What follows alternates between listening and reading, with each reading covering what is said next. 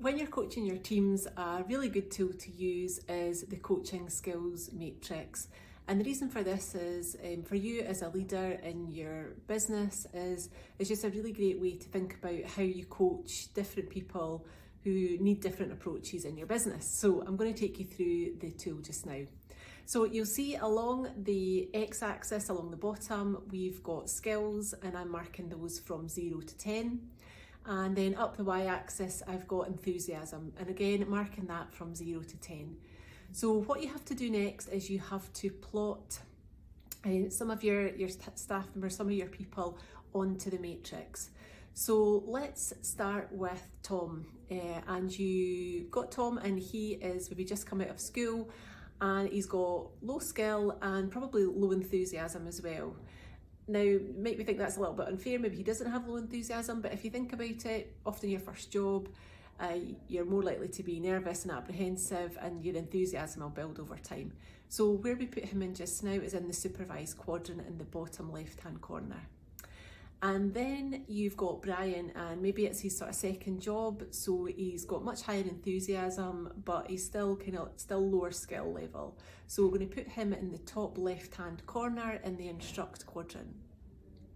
And then you've got Tariq, and he has been with your business for a long time potentially, but is really highly skilled, really high enthusiasm level. So we've got them in the trust quadrant in the top right-hand corner. And then down in the bottom right-hand corner, we've got Eva, and again, she might have been with your business for a long time, for example, really highly skilled, but really low enthusiasm levels. So what do you do next? So you have to take each person individually and just think about a plan, an action, steps forward to think about how you can kind of coach them in the right way. So when we think about Tom, he just needs some short, sharp bursts, easy tasks, one after the other, really close supervision as you would expect.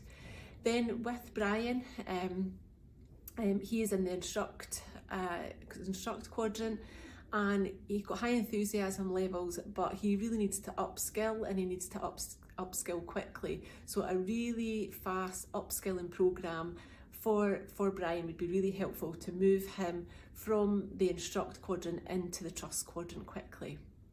And then we've got Eva, who's in the motivate quadrant, and as I mentioned, she has low enthusiasm levels and high skill. And the key here is to try and identify the motivating and the lack of enthusiasm issue here. Now, a few things could be going on here. They could have issues outside of work that maybe need addressed, or for you to find out about.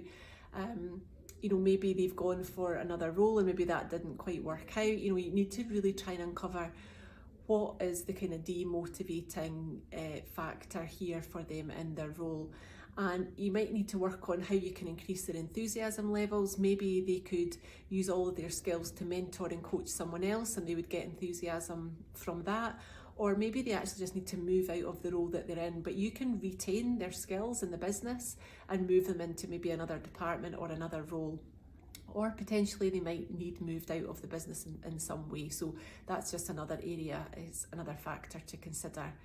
And then we've got Tariq, who really highly skilled, really high enthusiasm levels.